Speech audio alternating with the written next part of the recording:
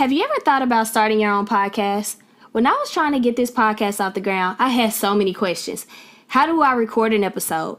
Where do I find background music? How do I get my show on Apple Podcasts, Spotify, and all the other places people like to listen? Where do I find advertisers? The answer to every one of those questions is really simple. Anchor. Anchor is a one-stop shop for recording, hosting, distributing, and monetizing your podcast. And best of all, it's 100% free and 100% ridiculously easy to use. Let me tell y'all. Everybody keeps asking me, what do I do to podcast? I'm telling you, the answer is Anchor. They created my RSS feed. They gave me my first 2 sponsors that you're now hearing on this podcast. I want you to know that I believe in Anchor. I've grown with this platform since February, and I'm going to continuously grow with this platform. So if you always wanted to start a podcast, go to anchor.fm/start to join me and the diverse community of podcasters already using Anchor. That's anchor.fm/start. I can't wait to hear your podcast.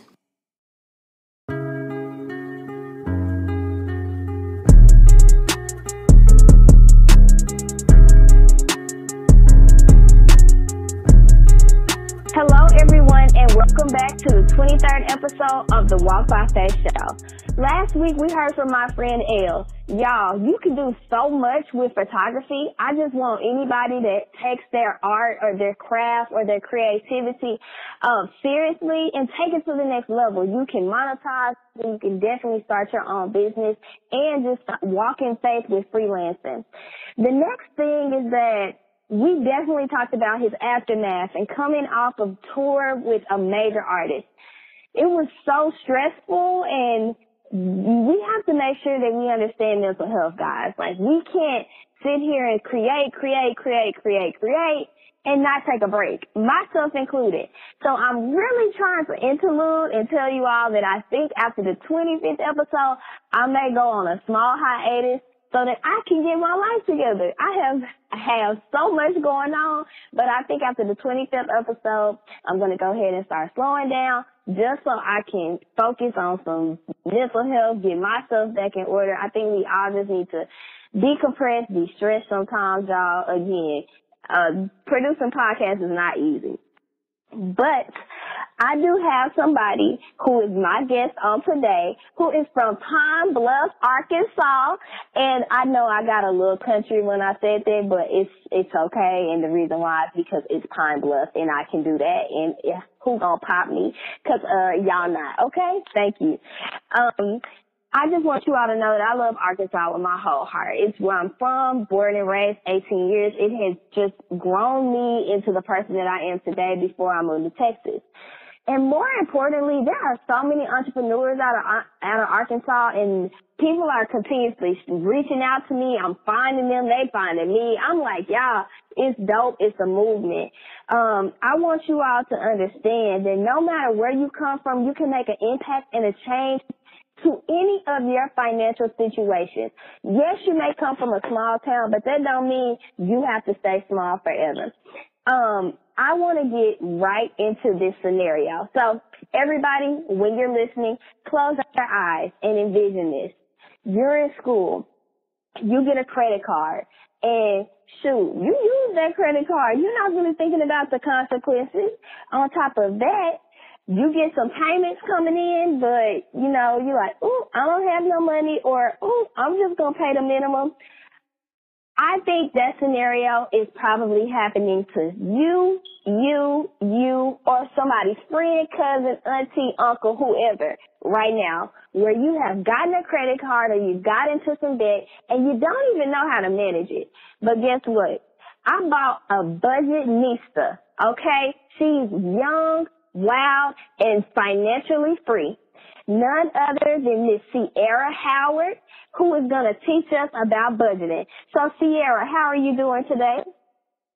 I am doing well. Thank you so much for having me on the podcast. I'm super excited.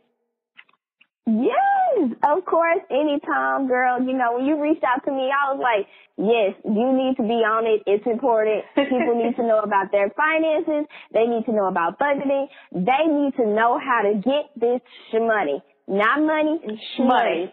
Right. The money. Of course. Oh, girl, look, I can't even say it, but yes, so like you mentioned, I'm from Palm Bluff, where it's rough. No, I'm just kidding. But I growing up, I was always told you need to go to school, you need to get a good job and work till you die. But I had to quickly realize that is not the only way to live. I mean, even though I received public education, I was never really taught about money. My mom always would tell me, oh, use your credit cards only for emergencies. She never really told me how to build wealth. So my last semester in college, I ended up not working that much just to focus on graduating. Ended up not paying my credit cards back. I was embarrassed. I didn't want to tell anybody. And I just kind of swept it under the rug and didn't focus on it for 6 months after working. So once I realized, okay, it's time to face reality, you need to see what's going on. I checked my credit score and I had a 590. And I mean, like, my heart dropped. And I was like, I don't know what to do. Like, I'm stressed out. So I started looking into how to repair my credit. And so that's kind of how I started researching and understanding how to repair credit. Then shortly after that, I tried to sign up for a real estate investing program. And the lady asked me, what is your disposable income? And I didn't even know what that meant. I was like, hold on, let me look. And so I ended up Googling it and realizing that this was the money that you were supposed to have left over after you pay your bills. And I had to realize, you don't never see this money. Where is it going? You live in paycheck to paycheck, and you're supposed to have this amount of money. So I had to real deal check myself and start getting my finances in order, because I knew that this wasn't the way to live. And this was when I was 22. So I made a goal to be a different person by the time I turned 25, which I'll be turning 25 in August. So I definitely am meeting that goal. But I knew that I had to turn my finances around just because the way I was living.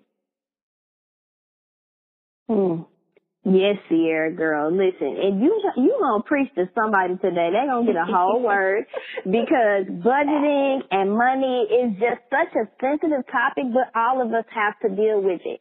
It's not something we can run away from. We have to just learn, get what we need to get, and do it, right? So, Sierra, before we go deep dive into this interview, I always ask my special guests, what are 3 things that you want to change about this world, or even something that you've observed about the world, especially from a financial perspective? Yes. So one thing I would like to see is our culture be very educated about their money. I noticed that among other cultures, we are the top culture that is lacking information about finances. I really want to see us grow and understand money as a culture, so then we'll be able to teach the next generation. That's one of the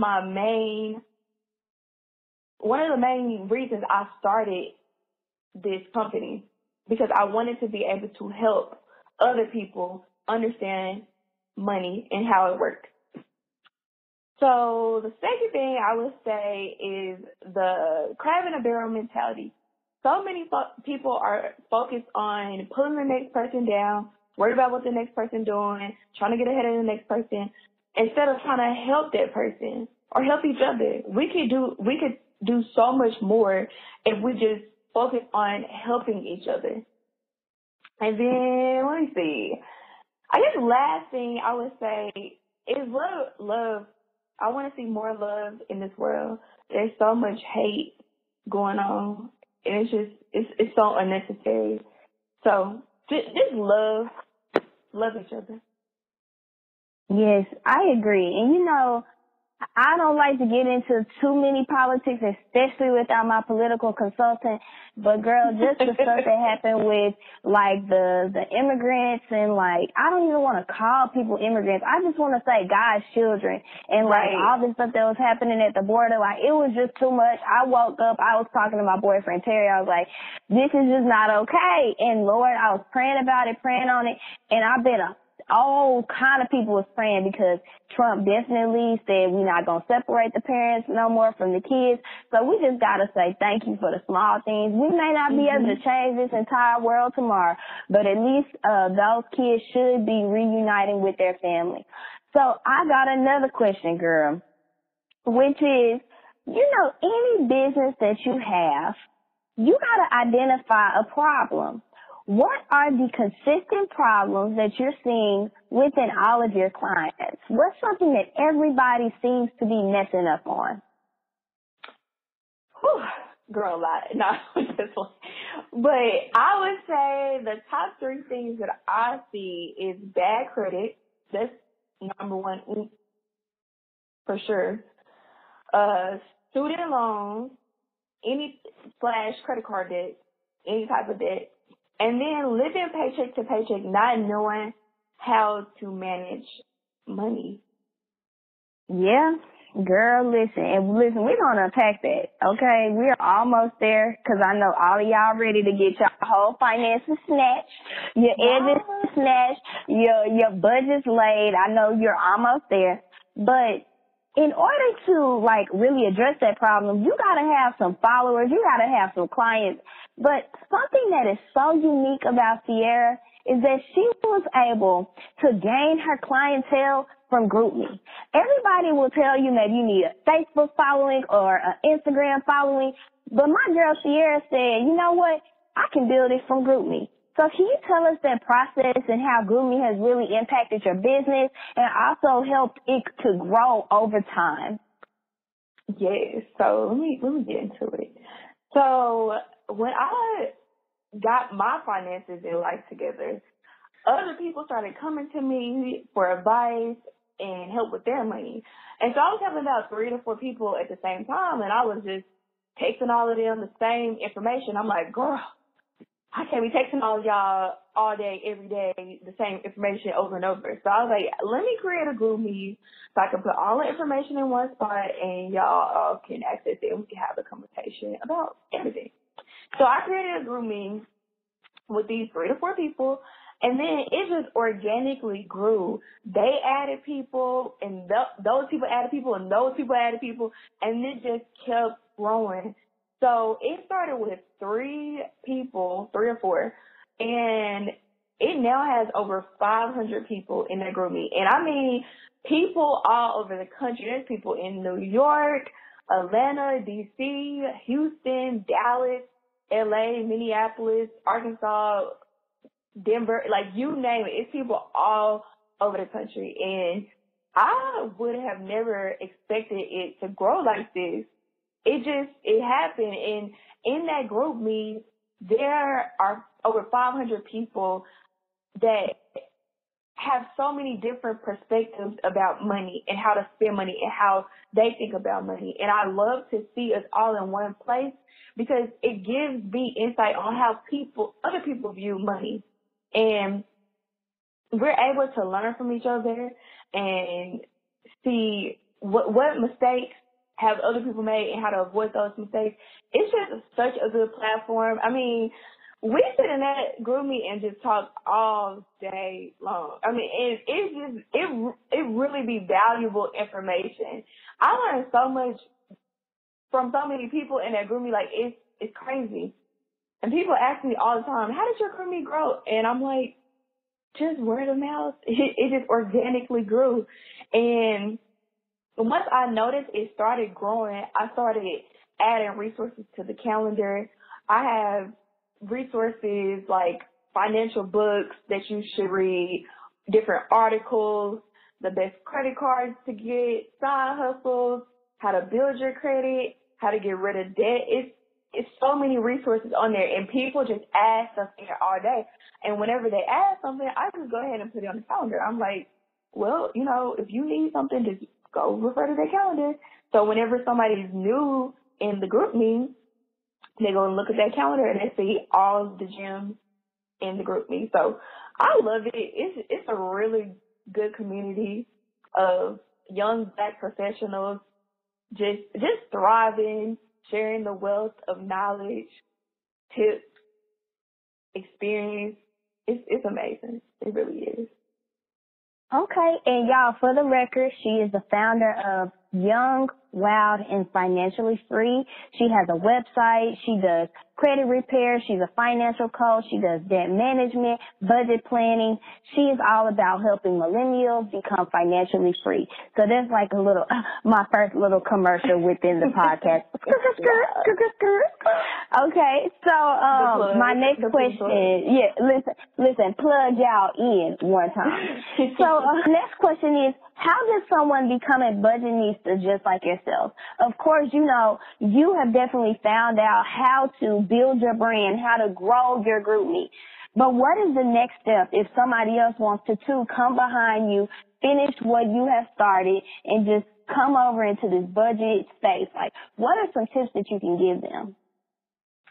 So let me just say, Budgetista is Tiffany, so I don't want her trying to sue us for using her name, but yes. Oh yes, and yes, I know that there is a Budgetista. I'm just giving it a small nickname, so we just gonna say Young, Wild, and Financially Free. So how can we get another Miss Young, Wild, and Financially Free Sierra?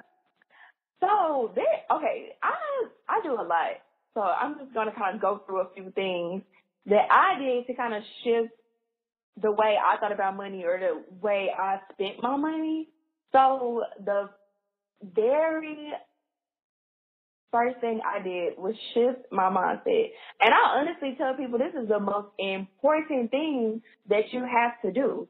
Because you could get out of debt, get good credit, get it fixed or whatever, but if you don't have the right mindset, you end up doing those same things over and over and over and over.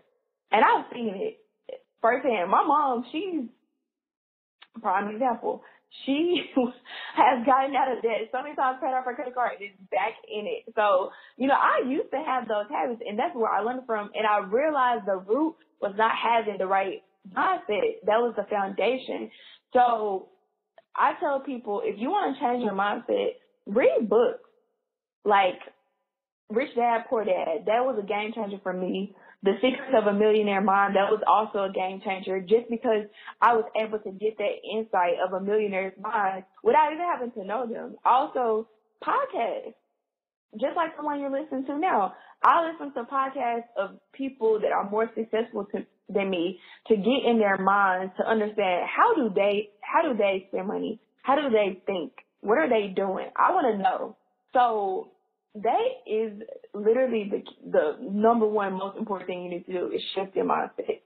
And then focus on separating your money. Now, when I tell people this, it surprises me because a lot of people end up doing this and they're like, oh my God, like, why haven't I been doing this before? It really was a game changer with my money. So when I say separate your money, I mean not having your bills and your spending money in the same checking account. So most people have one checking account and everything is mixed all together. You going to brunch, you going out to eat, traveling, kicking it, shopping, then paying your rent. Then that's how you end up being like, oh, dang, rent due, but I didn't run and bought these shoes and I should have been paying these bills because you have all your money mixed together. You need to separate your money. I recommend, and I'm just going to tell you what accounts I have. I have a checking account, I have an emergency fund, savings account, and I recommend about 3 to 6 months expenses in your emergency fund just so you make sure, you know, if anything happens, you know, you could quit tomorrow, get fired tomorrow. I don't wish it on nobody, but I'm just saying if that happens, you will be okay.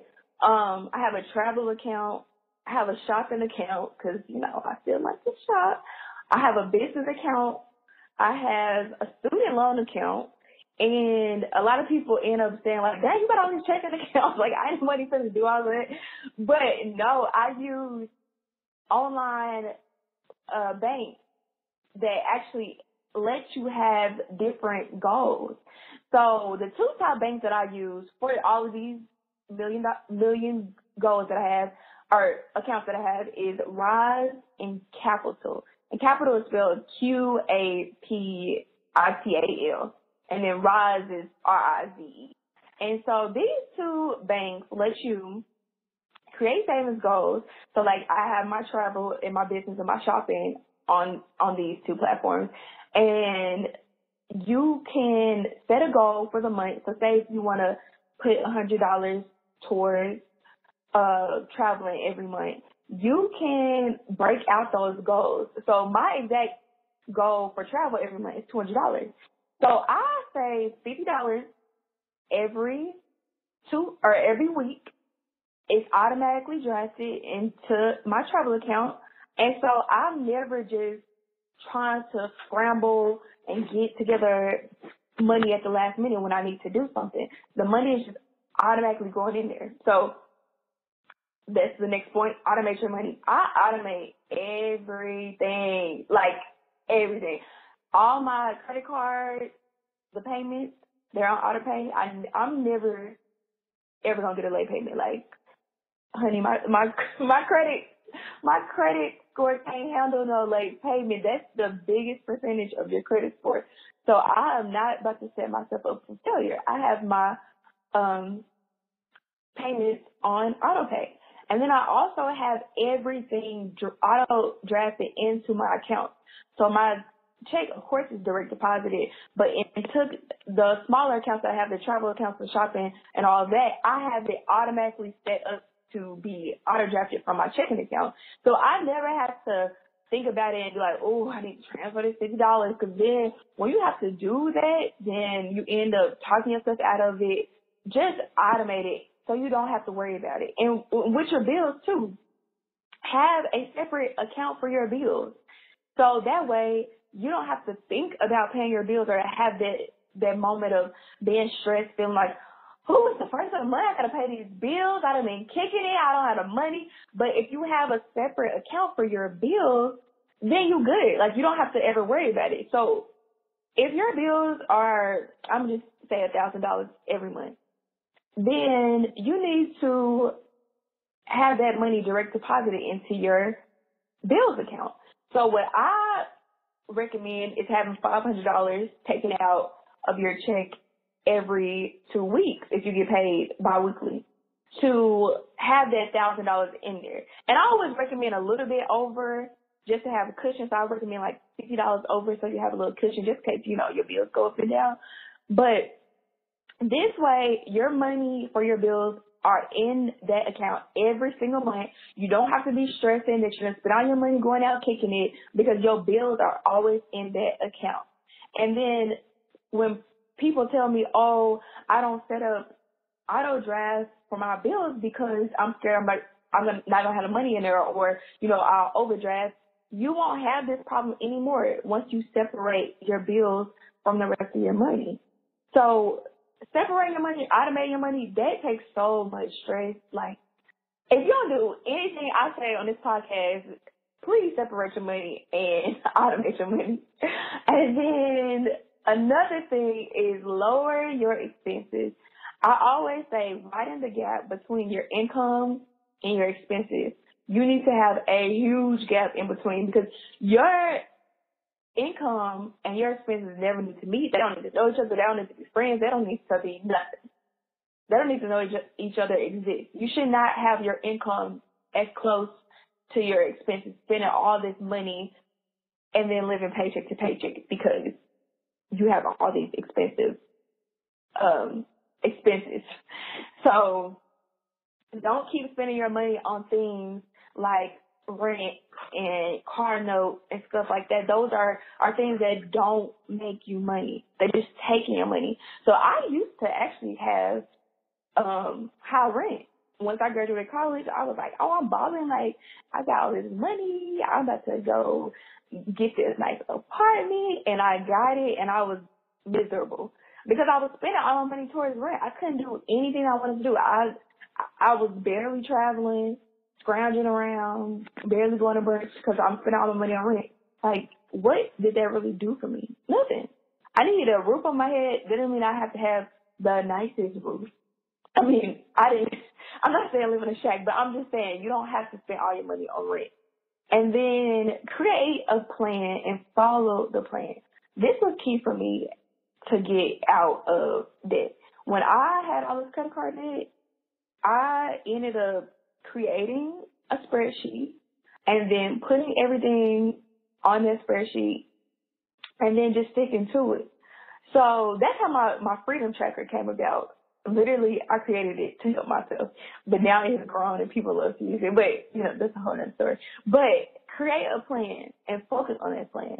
And then invest in your 401k. Oh, my goodness. I wish somebody would have told me this when I graduated, because I didn't understand what a 401k was really, so I didn't focus on trying to invest in it, and I didn't realize that it was free money from your employer. And, you know, the crazy thing, I had a 401k in college and my part-time job. I still didn't know what it was. They just was like, oh, you want to invest in your 401k? I was like, yeah, sure. And I ended up doing it. And I remember one day I was super broke, couldn't pay for rent, and I took money out of my 401k in college. And I remember the guy at the bank was like, you know, you're going to get taxed like 40% because you're taking it out early. And I was like, I don't care. Like, give me this money. I need to pay my rent. So understand what a 401k is. It's your employer matching the contribution that you put in that account. So it's for retirement.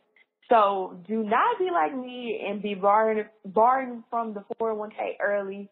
And also don't be missing out on that free money that your employer will match. And then another thing is get some accountability.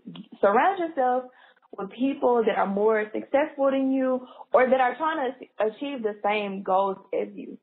Because if you have 4 broke friends and you hanging around them, guess who's going to be the fifth? You. But if you hang around 4 millionaires, guess who's going to be the fifth? You.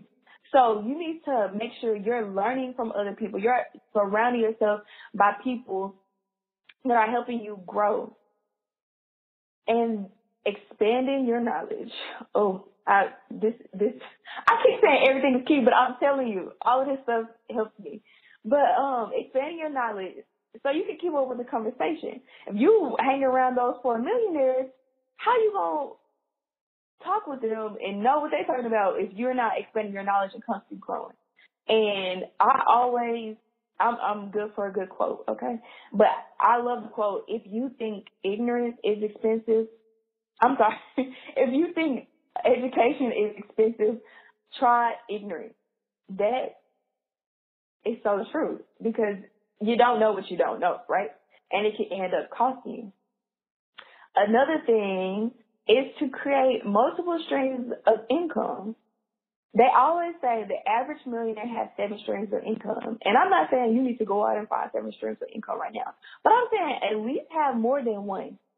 If you don't have nothing else, have more than one stream of income. I actually just added another stream of income to portfolio to my streams today. I just got a part-time job online, and I am so happy because I was able to add that 4th stream of income. So I'm working towards my 7. I got 4 already. And being able to not have to worry about, okay, if I lose my job or if I lose one of these other streams, I'm not worried about where is my money going to come from, because I have 3 other streams of income to fall back on. So those are a few. I know I said a lot. Those are a few of the things that I do /did to just kind of get on the right track with my finances and my money. Yes, girl. And I completely agree with everything you're saying. Again, this is an episode where we're having pen and paper. We're going to walk by faith school right now because we need to understand how to get our finances together. So my next question is this. We're going to run through a scenario, okay? And the reason why we can do this is because this is so practical to today. We all are living. We all want to make great financial decisions. Everybody on the Walk by Faith show, everybody's nodding their head. Yes, yes, yes, we do. We want to make sure that we're making great decisions for our financial future. The first thing that we want to do, I graduated college, but, I have this car that's about to break down on me. The first thing is, as soon as I go to school, as soon as I start working, I want to go buy a car. One, should I go buy a car as soon as I graduate, or can I just take the Rudy Poo car a little bit longer until it finally breaks down? Sierra, let us know the answer.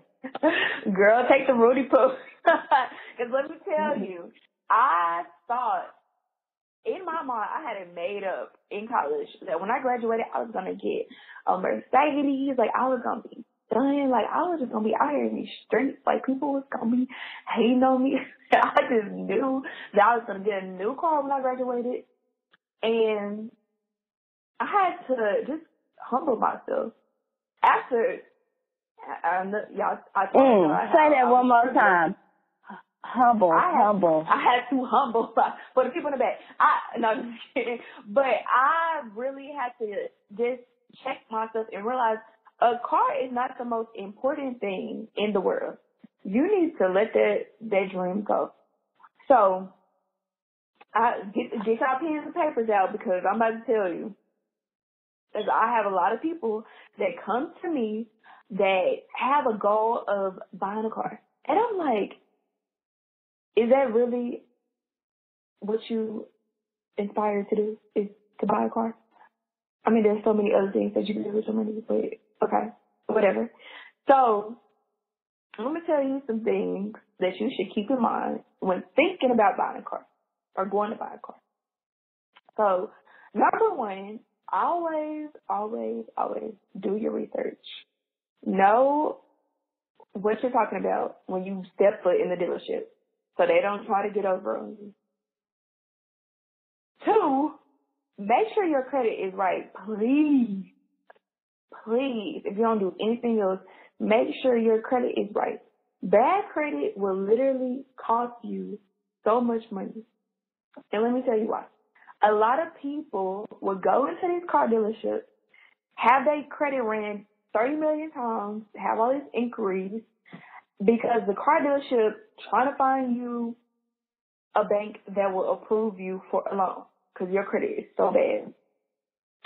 So then when those banks are like, no, we ain't approving them for this loan because their credit is bad, no, then they turn to subprime lenders. And what subprime lenders are banks that give you the worst interest rate. And that's why it's called subprime, because you are going to end up paying so much in interest that it's crazy.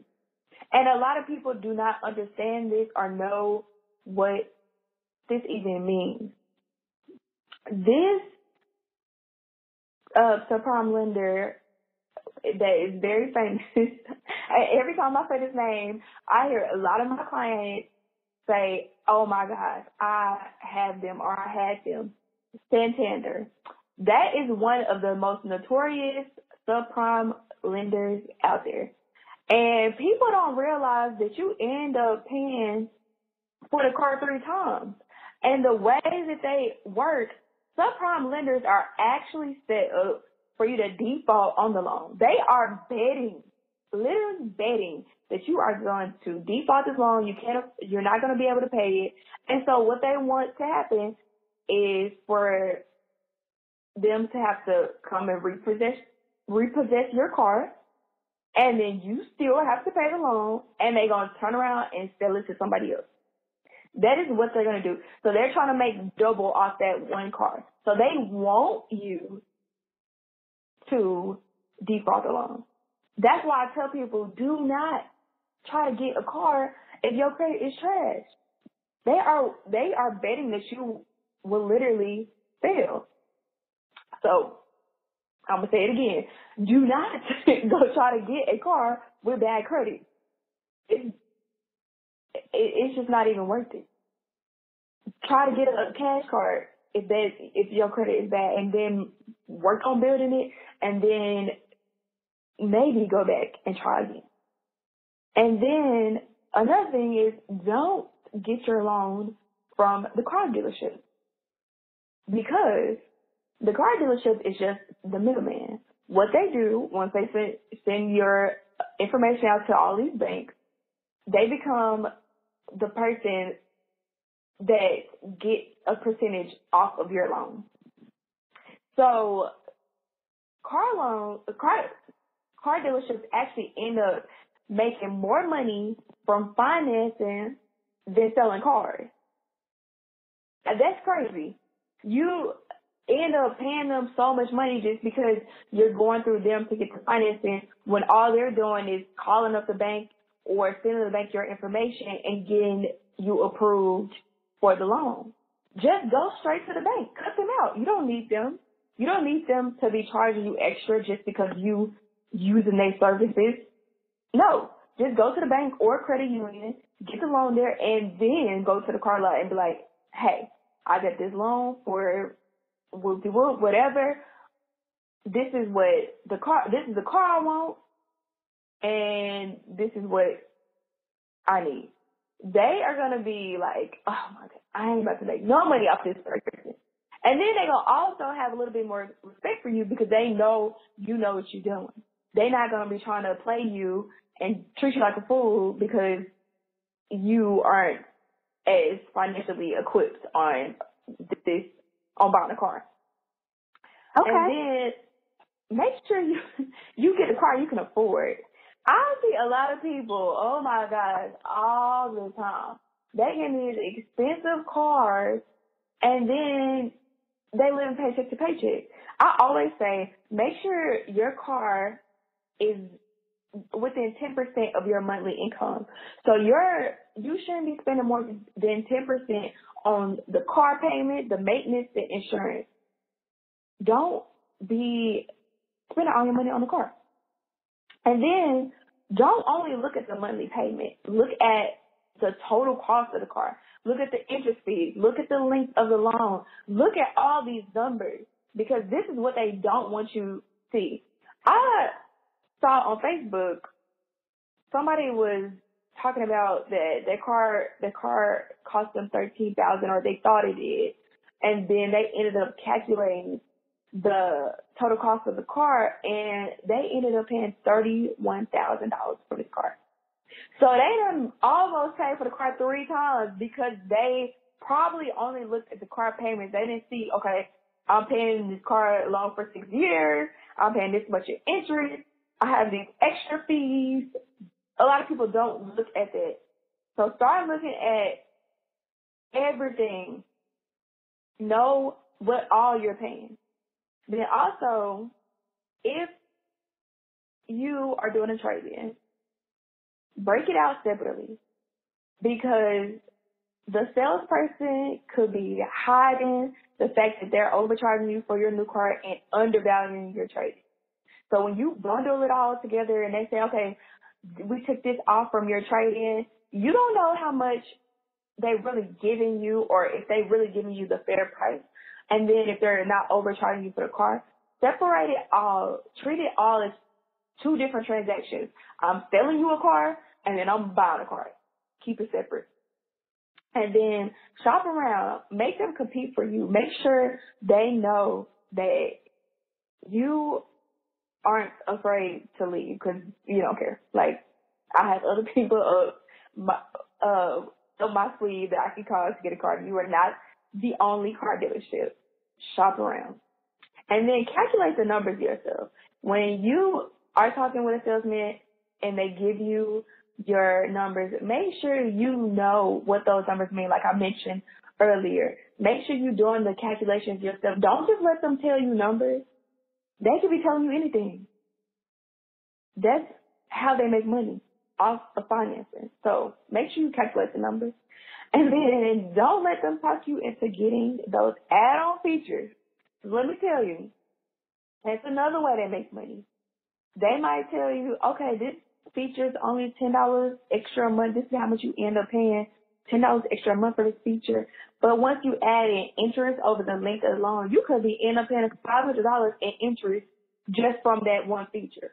So do not let them trick you into all of these add-ons.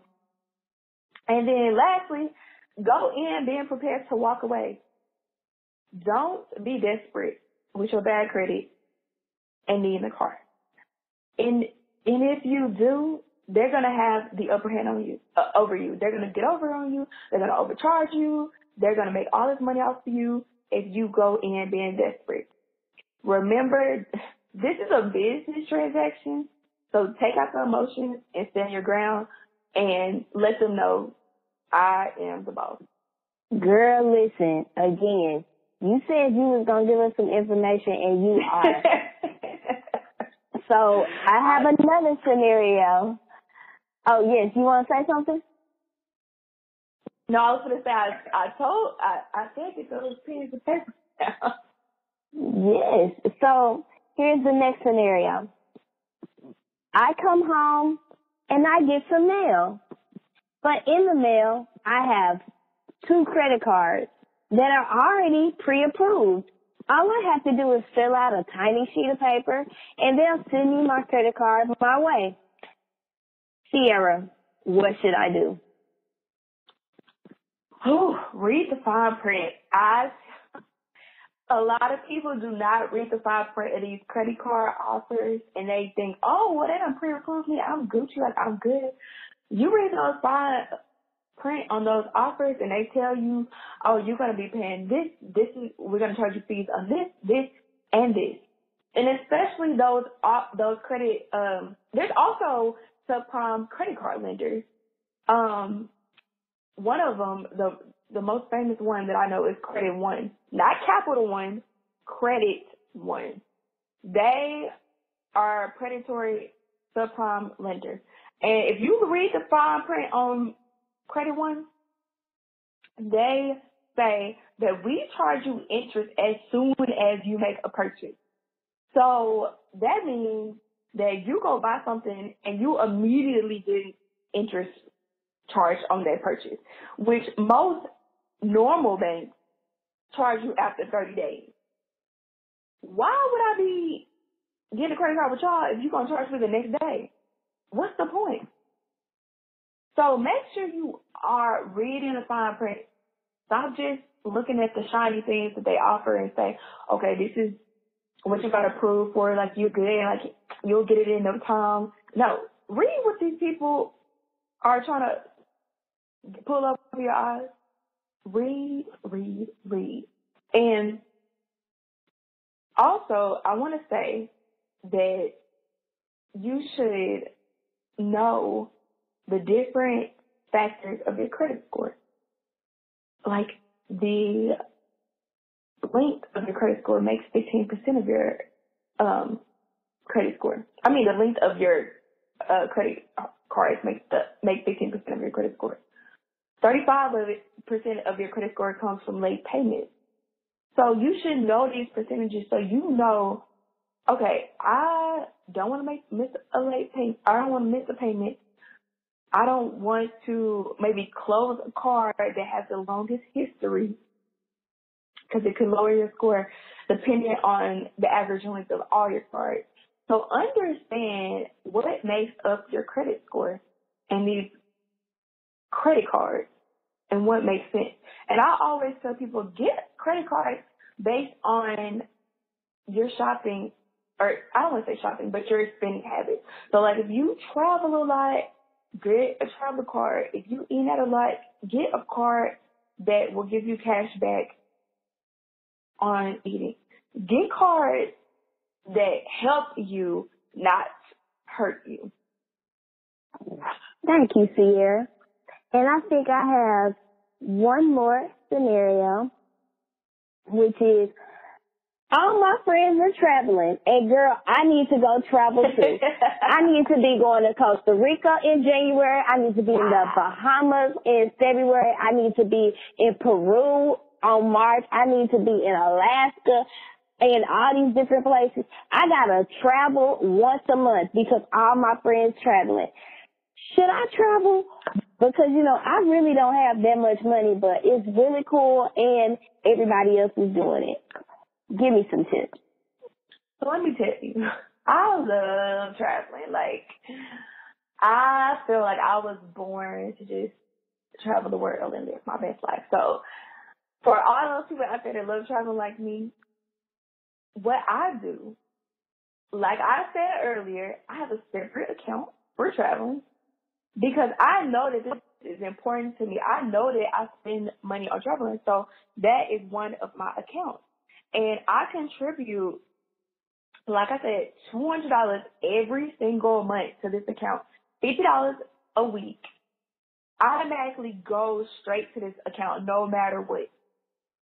Because I know when it's time for a trip to come, I'm not about to be trying to not pay my rent or not do this or sacrifice something to go on this trip. No, what I'm going to do is get this money out this travel account and go on my trip. And so this actually happened recently. One of my friends, so I'm going to Cabo in August, and my friend was like, okay, like, y'all trying to book the trip or not? And I was like, yeah, let's book it. And she's like, tonight? I'm like, yeah, what's the problem? And she like, okay, let me, hold on, give me a few days. But the point I'm making is that I was able to just get some money out of my account because I had already been saving it. I wasn't saving for a certain trip. I just saved for travel. So always be saving for travel. If that's what you want to do or whatever that it is that you do. And then get a travel rewards card. Let me tell you, I have the Chase Sapphire and it is bad. That's my baby right there. I love that card. It has so many perks. I was actually a few months ago, I was in New York and with my boyfriend, and he was on a different flight than me because I was sitting there for work. So he was flying back, and his flight got delayed until the next day. And because I had put both of our tickets on my card, I called Chase and I was like, hey, my boyfriend's flight got delayed, so we need to stay another night. And they're like, okay, well, you have a $500 spending limit each night, so do you, boo? So I was able to spend $500 on, or up to $500 on hotel, food, Ubers, Lyft, any like personal items I needed, like, soap, shampoo, and stuff like that. So Chase allowed me to spend $500 to cover that delay. They also do like baggage. So if your bag gets delayed more than 6 hours, they'll give you $100 a day for up to 5 days. So you can literally just go shopping, buy $100 worth of clothes every day for 5 days. And they just do so many other perks. Girl, I could go all night on the benefits of this card. But I travel for work every so often. And when I do travel for work, I put everything on this card because I know that I'm going to get reimbursed. So it's kind of like I'm getting rewards from my job. So I had one time where I had spent like $4,000 at work. And I got about $200 worth of credit back on my credit card. And it was, to me, it's just free money because I got reimbursed and then I got $200. So create a separate account and get a travel card. And a good one. Okay. So go ahead. Oh, I was about to say, and if you need a referral link, I'm just gonna plug myself in and hit me up so you can get those bonus points with Chase Sapphire. If anybody. So my next question is like from a cultural perspective, how do we budget in comparison to other communities? I'll give you an example. You know, I was just having a conversation with me and my friends, and I told them, hey, I'm about to do a budget episode. I had a friend from Venezuela, I had a friend from India, and I had a friend from Zimbabwe, all from different parts of the world. People from Zimbabwe was just like, we're taught to save. It's not really taught in our household per se, but when I came to America, I want to make sure that because I'm in another country, I'm saving. They all had that same story of we're in another country, we just need to make sure that we're saving. Now, they all also said that they don't talk about budgeting in their own household. So the Black community, in my opinion, isn't the only culture that does not talk about budgeting at the table. However, that's a case for some, not everyone. But I just want to talk about, like, how do we actually budget and how should we be having the conversation so that we can start to talk about budgeting at the dinner table for generational wealth, for us to just, be more financially equipped going forward. Yes, so I recommend that, you just start the conversations amongst your friends because I feel like they're the easiest to influence because, you're around them all the time. And then once you start educating yourself and knowing, okay, this is how I should spend money, then you can be able to educate other people. So then they can educate other people. So then, it just spreads like wildfire. So even at the dinner table, a lot of people don't like to talk about money because it's uncomfortable and they just feel like, oh, you being nosy. Like, I ain't trying to talk about money with you. But just start giving your family tips.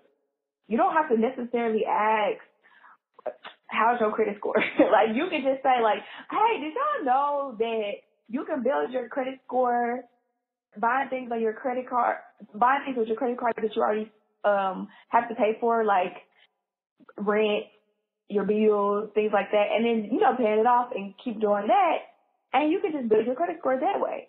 And then, maybe they're like, oh, I didn't know that.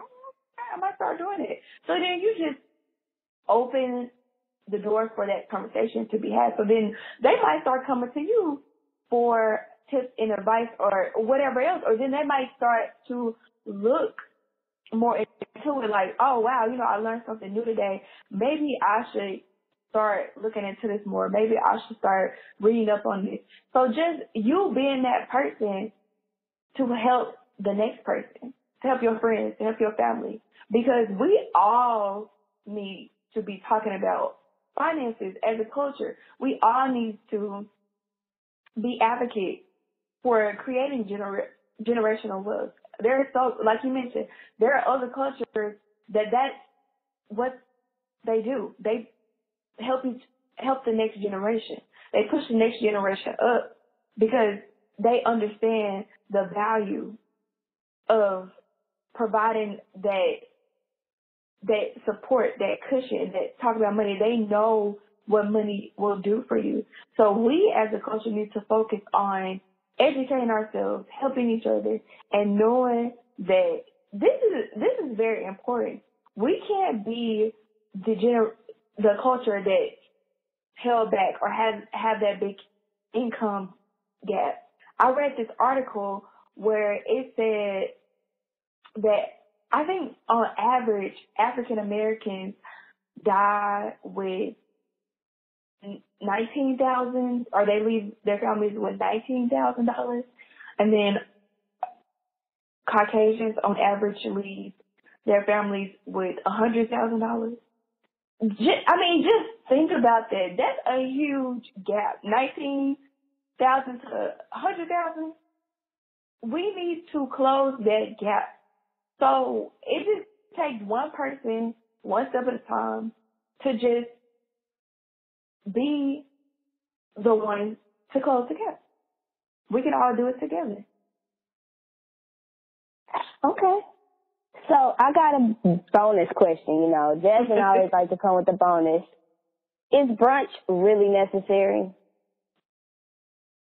Okay, so I feel like brunch is necessary, especially in our generation. We love to brunch. We love to kick it. We love to be with our friends, like socialize. It's like a tradition. But I say do it in moderation or create a brunch account, like I was saying earlier. Create the money ahead of time. So you don't have to feel like, oh, dang, I'm spending all this money on brunch. Just get the money from your brunch account. Start saving for it early in advance. So if you want to spend $100 on brunch every month, come up with a number or whatever you want to spend. Come up with that number beforehand. So then you know once you done spend $100, you're like, ooh, I need to kind of steal it back or whatever your number is. And then if you're planning to do $100, say, I'm going to put $50 in this brunch account every 2 weeks. So that $100 is there for the next month. So start planning for stuff like that and do it in moderation. And when you're going to brunch, that don't mean you have to be popping all the bottles and doing all that. Like, just, you gotta socialize. I mean, and to eat too, but that don't mean you have to be spending all this money every time you go to brunch. Go to brunch, but you don't have to buy at the bar. Just do it in moderation and stay ready so you don't have to get ready. She said stay ready so you don't have to get ready. Now, my next question is, what are the products that you offer? Again, we talked about your business, which is young, wild, and financially free. What are some products that you offer to your clients? Yes, I'm so glad you asked. So I have one-on-one financial coaching. So, you know, if you need that one-on-one time to get your finances in order, I got you. I do credit repair. I just finished creating a workbook that I have been working on since February. Whew. It's 42 pages long, and it has 30 days of full actionable worksheets for you to turn your finances around in 30 days. It comes with 6 bonus worksheets. Like, this workbook is packed with so much information to get you to start thinking about your finances, to get you to turn your finances around, to just get your life together. This workbook is everything. And then I have a accountability program. So this accountability program is 12 months. It's members only. And so it'll have 12 courses. So each month will have a different thing. So it'll be debt elimination, saving, building your credit, increasing your income, investing, and just so much more. Anything that you need to do to turn your finances around, it's going to be in this accountability program. And so we'll have monthly check-ins. I'll go live and we'll, you know, just talk about the worksheets and exercises, what's going on. Like, I will literally keep you accountable.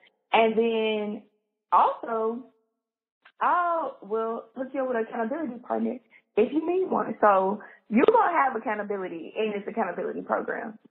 And then you'll have, it's a private access community only, free bonuses, discounts on the one-on-one coaching, CFO, that's what you'll be, the CFO of your money, Chief Financial Officer. So there'll be book clubs, a virtual book club. So we'll just have different books that we'll read and go over, and these will be financial books to kind of help you change their mindset, like I mentioned earlier. So this accountability program is just all in one, a financial makeover. Wow, Sierra, you are working, girl. Listen, Sierra has been dropping gems from her financial workbooks that she's creating, from giving us the scenarios and the tips whenever we do come in contact with buying a car, getting a credit card, thinking about traveling to Timbuktu and back. Guys, she gave us tangible tips and knowledge on today that we can really apply on tomorrow. So again, re-listen to this interview. Take your pen and paper out. Make sure that you are taking it seriously. Your finances is nothing to play with, and God gave us so many things, but he also gave us a mind to understand and ears to listen and a mouth to speak. But in this moment, we just need to make sure that we're using the resources that he gave us to its fullest potential. So with that being said, Sierra, my last question is, what does walking by faith mean to you? Yes, I love that. So walking by faith means to me that I'm able to trust in God's plan, even when I don't know what it is. And knowing that if nobody else got me, God got me. So like the job that I mentioned earlier that I got today, I was telling myself after the interview that I didn't get the job, and I was just so nervous, and I was just freaking out. I was like, oh, like you stumbling over your words and just acting crazy in the interview. And I had to check myself, and I was like, if God want me to have this job, then it's mine.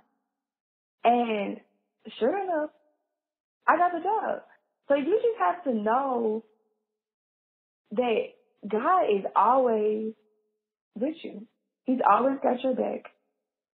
So trust him. I agree completely. And I wanted to change it up. Sierra, did you have a Bible scripture that you felt really matched with this episode on today? Yeah, so I have to get a financial Bible scripture. So Proverbs 22 verse 7 says, just as the rich rule the poor, so the borrower is servant to the lender. So what does that mean to you? Because I've got a little word for that, but I'll let you go first. So it's focused on not being a slave to debt. And a lot of people don't understand that, you getting car loans, you getting mortgages, you taking out all this money, you are borrowing money, and you are working to pay that money back. So if anything happens, like for instance, you have a house or a car, you don't pay the loan back, technically that's not your car. So people say, oh, my car. No, it's not your car. You don't own that car. The lender owns that car. So you are servant to that lender. And you're going to work to pay for those things, to pay for that mortgage, to pay for that car. So stop getting yourself in all of this debt and focus on getting to a place to where you understand how money works and you can make your money grow, to where you don't have to constantly borrow money. Yes, girl. And what that means to me is that, one, money, the love of money is the root of all evil, but understanding that money is the way this world works and making your money work for you and you not having to work so hard for your money. And I'm going to just drop that nugget right there. Boom. So, in closing, Sierra, thank you so much for being a part of the Walk by Faith show, girl. You gave us so many nuggets. Like, I feel that my life was snatched. My finances are back in shape. I have ran a couple marathons with just the tools and the tips you gave us. You guys, she has so much information on her Instagram, on her Facebook, on her website, and I'm going to definitely give her a moment so that she can tell you where to find her. But you can literally have the life you want as soon as you start setting a budget for it. Set a budget for fun. Set a budget for your bills. Set a budget for your future budget. It's all about planning and being prepared and staying ready so you don't have to get ready. Okay, Sierra? Yes. And I always say, I call it a blueprint. So, for those of you like me that hate them budget, the B word, say a blueprint. And then also, too, if you're working on stuff and your friend's not with it, tell them, oh, this isn't a part of my financial freedom plan, so I can't hit that brush with you today, girl. So, and another thing, yeah, go ahead. No, I was just going to say, just start, changing your habits a little bit at a time. Can you please tell the people where they can find your business and how they can start supporting you, and especially get some of those freebies? Yes. So my website is youngwildandfinanciallyfree.com, or the shorter version is ywff.co, and that's also my Instagram handle, Young, Wild, and Financially Free, as well as Facebook. So hit me up, DM me, let me know that you heard this podcast. I would love to hear from you or get to know you. And then also, Jasmine, I created a whole separate page just for your listeners to get these freebies and these resources. Yes. So it will be ywff.co/walk-by-faith. Oh my gosh, this is so cool. And you know why it's so cool is because, one, it's the power of collaboration. It's the power of understanding that with every platform, there needs to be a walk-by-faith section. Jasmine Stiff does not own it. This is not something that I own, walking by faith. It's literally just a way of life. It's a movement. And I'm just so happy that you did this because it's awesome. I'm there with it. And please, you guys, support her business. Get your finances in check. Get those credit scores up. Start saving. Start traveling more. Start eating better. Start living better. And just be young, wild, and financially free. I love it. Thank you so much for having me on the podcast. I really appreciate the opportunity, and I had so much fun. Yes, and me too. I'm really starting to get into this, After 23 episodes, I think somebody has to start getting into it. But okay, you guys, we'll see you next week. Thank you so much, Sierra. And next week, we'll see you guys again. Talk to you later.